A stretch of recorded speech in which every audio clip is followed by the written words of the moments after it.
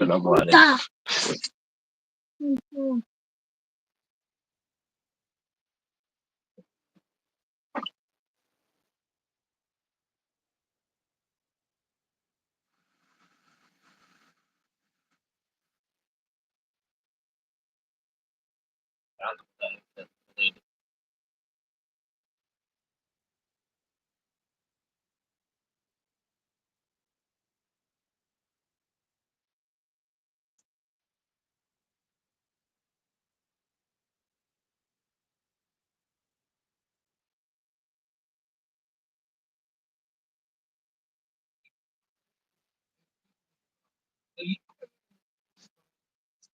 Koma okkur til aðstoðar ef við þurfum á því að halda. Þetta mikill styrkur. Það líka mikill styrkur sko í, þú talar sko lítið ríki í smæðinni, hvað við höfum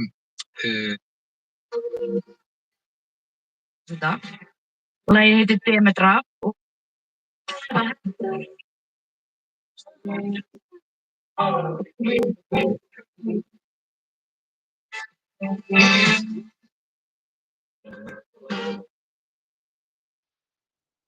Canada.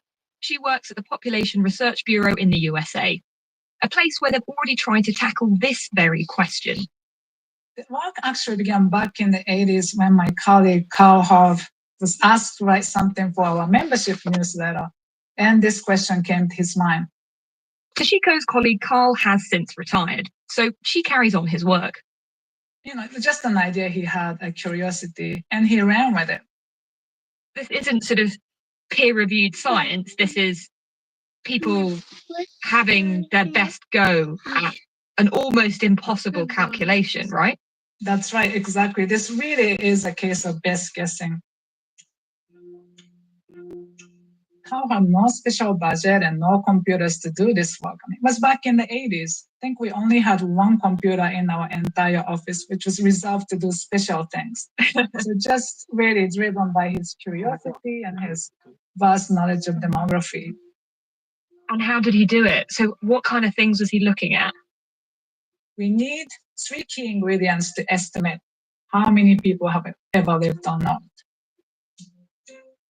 So first, you need to know how long we humans have been around on the Earth.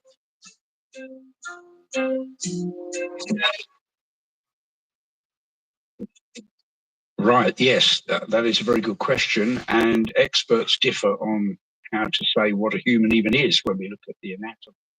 I've come to the Natural History Museum in London to meet Chris Stringer, an expert in early humans, including handling early human fossils. Have you ever accidentally dropped one? A replica, yes, a long time ago, and unfortunately I've seen a curator somewhere else drop a real fossil, which was... If the first piece of Toshiko's puzzle is how long we've been around on Earth, we also need to decide what or who we're counting as human. There are some people who think that we should only use the term humans for late. In our sense, we can go back to about 200,000 years.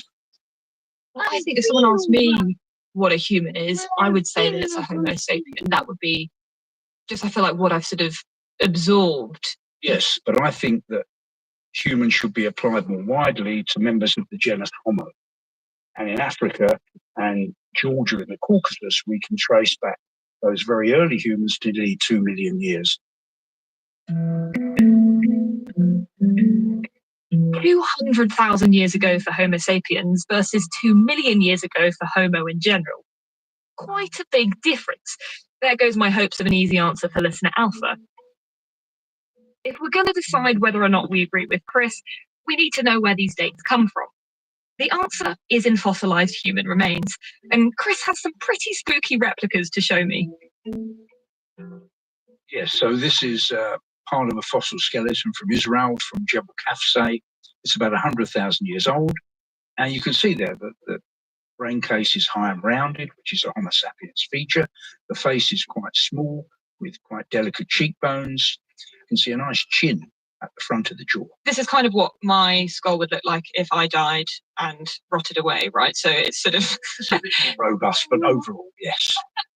Maybe I've secretly got a very... Maybe you're quite robust under there.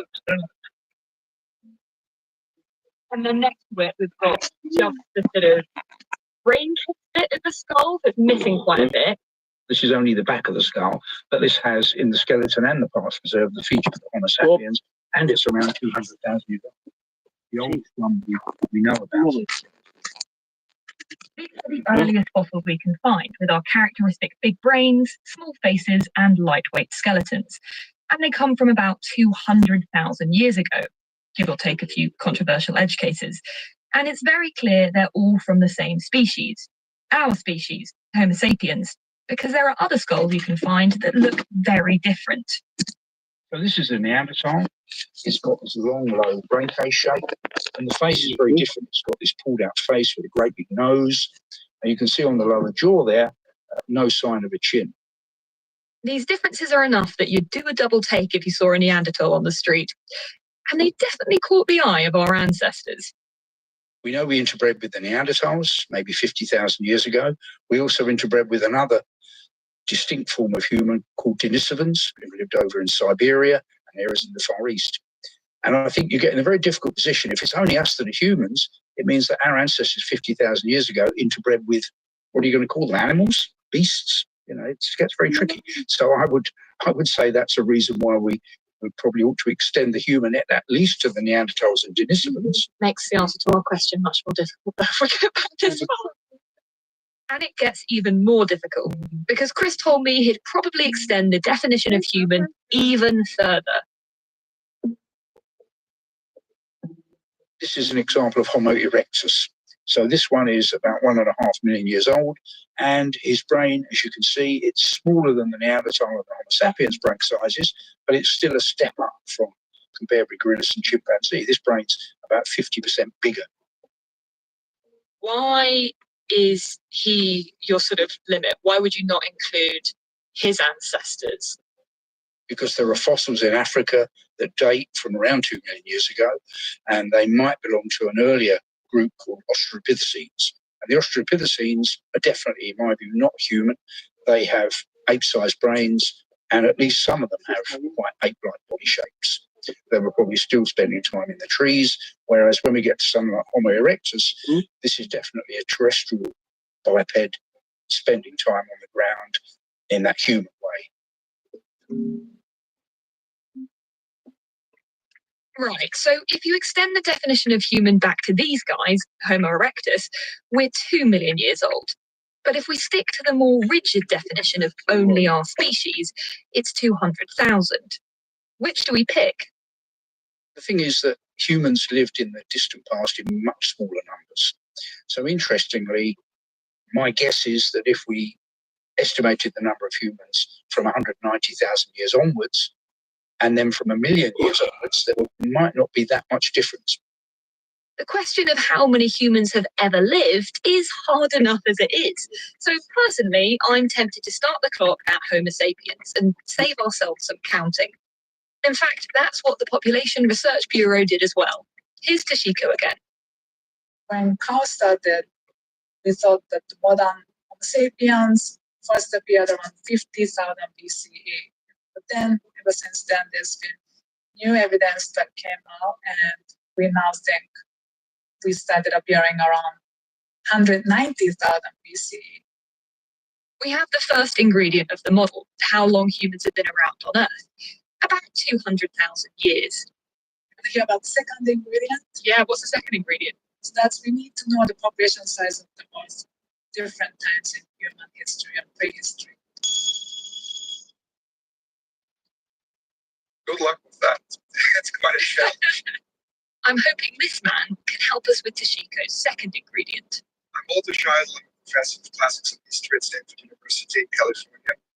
How do you estimate how many people were alive at particular points in history? Well, Walter's specialist subject is the ancient Romans. And luckily, they were pretty keen on counting.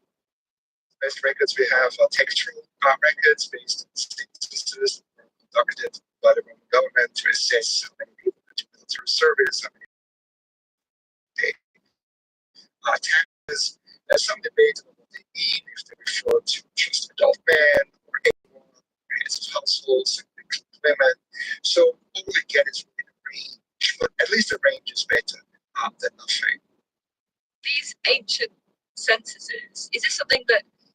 people can see? You can indeed. There's only one part of the Roman Empire. We have the original records from Egypt because they were written on papyrus. Papyrus was expensive and was recycled to wrap mummies. And then you can unwrap them. You can extract the documents and you can look at them. You have about 300 of those. I actually got to see a census for myself. Walter showed me one over video call. Mummy not included. Oh, wow. Okay. I'm glad I've got you here because to me, this is a useless document. It's essentially a lot of scribble, very dense scribble. There's no numbers. Surely a census should have numbers. Well, in ancient Greek, numbers are written as letters, so you couldn't distinguish them from words. Are you able to read this? It's too small for me to see on my screen, which is like, but I should say this may look difficult. This is probably the best preserved specimen I have seen. Basically gives you an idea of what they look like. It's a continuous text. It's the head of the household, who is the declarant. He's responsible for collecting all this information. He gives his name, the name of his father, and so on, his age, and he lists all the people who live in that household. There's quite a few. There's 17 people, kids and wife, and I don't know what it is here, lodgers and slaves in some cases, or more distant relatives. And they're all recorded with their ages because some tax obligations kick in at a certain age. So if you only have about 300 of these censuses, how do you extrapolate that to a whole population?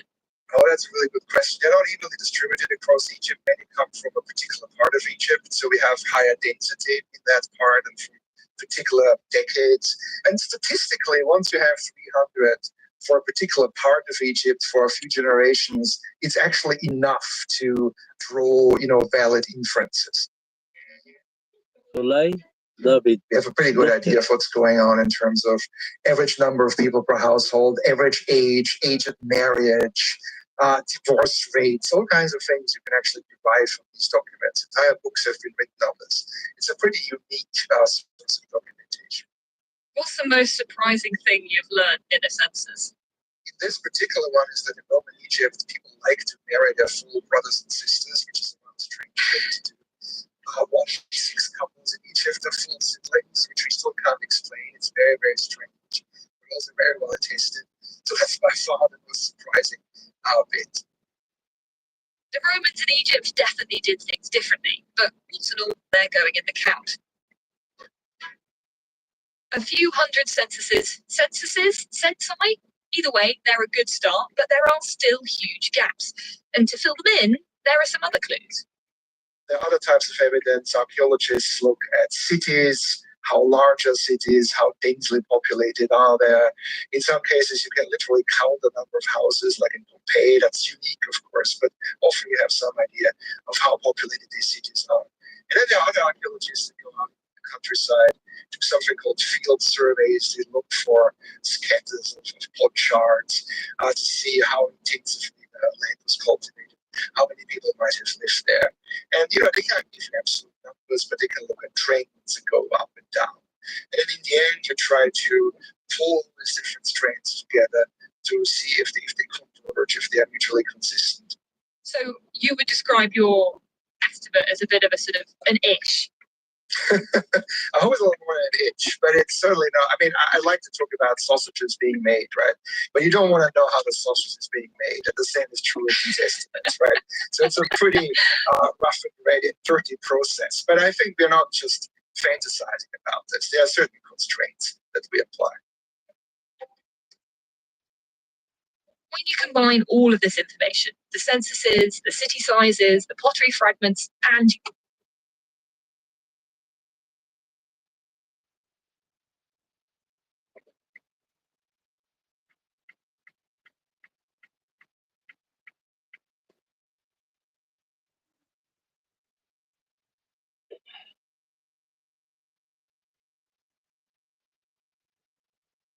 إن شاء الله نقطع اللايف وترمينا اللايف.